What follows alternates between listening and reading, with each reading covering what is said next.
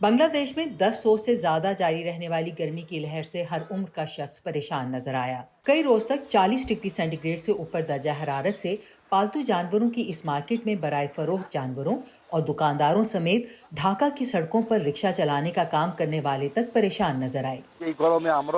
یہ ناقابل برداشت گرمی انسانوں کی طرح سے پالتو جانوروں کو بھی متاثر کر رہی ہے۔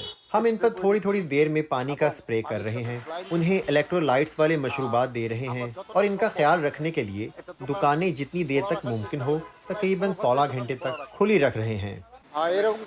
میں نے کبھی اپنی زندگی میں اتنی گرمی نہیں دیکھی۔ ہاں، موسم گرما میں گرمی ہوتی ہے لیکن اس میں ہوا چلتی ہے اور بارش ہوتی ہے، لیکن اس بار ایسا نہیں ہو رہا۔ لوگ بہت زیادہ پریشان ہیں۔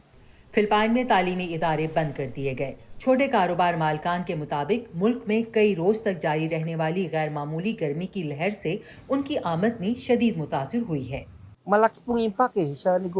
آپ دیکھ سکتے ہیں کہ کوئی خریداری نہیں کر رہا۔ کون خریداری کرے گا اگر طلبہ نہیں ہیں؟ وہ طلبہ جو اسکول کا سامان خریدتے ہیں، ہمیں زیادہ کمائی کی تو توقع نہیں ہوتی، لیکن ہم زیادہ نہ بھی کما پائیں تو بھی جب کلاسز ہو رہی ہوتی ہیں تو کم از کم ہماری کمائی کافی ہوتی ہے۔ بھارت کے شہر کولکتہ میں تعمیراتی شعبے سے منسلک مزدوروں کے پاس اس کے سوا کوئی چارہ نہیں تھا کہ وہ 42 ڈگری سینٹی گریڈ سے زیادہ درجہ حرارت میں بھی مزدوری جاری رکھیں۔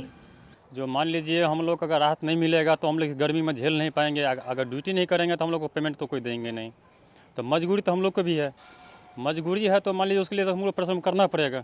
تھائی لینڈ کے سائنٹسٹ اور سمندری حیات اور ساحلی وسائل کے ادارے کے ایک عہدیدار نے رائٹرز نیوز ایجنسی سے بات کرتے ہوئے کہا کہ دنیا کو ایسے موسمیاتی پیٹرن کے لیے خود کو تیار کرنا شروع کر دینا چاہیے جب زمین کا ماحول انسان کے رہنے کے قابل نہیں ہوگا۔ کلائمیٹ چینج کے ماڈل پہلے سے ہی دکھا رہے ہیں کہ ہر سال اوسط درجہ حرارت بڑھ رہا ہے اور ہر سال گرمی کا ریکارڈ ٹوٹ رہا ہے، لیکن ایل نینو کے باعث اس سال یہ خطہ خاص طور سے زیادہ گرم ہوگا۔ زمین کے ناقابل رہائش ہونے والا موسمیاتی پیٹرن آ رہا ہے۔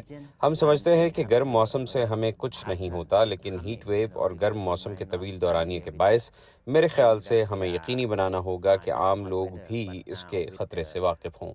جنوب اور جنوب مشرقی ایشیا میں جاری گرمی کی لہر کو خطے میں 3 درجن سے زائد اموات کے لیے ذمہ دار ٹھہرایا جا رہا ہے اور ابھی صرف بہار کا موسم ہے۔ ماہرین خبردار کر رہے ہیں کہ موسم گرما تک اور اس کے دوران مزید گرمی سے گنجان آبادی والے اس خطے میں معاشی اور جانی نقصان بڑھ سکتا ہے۔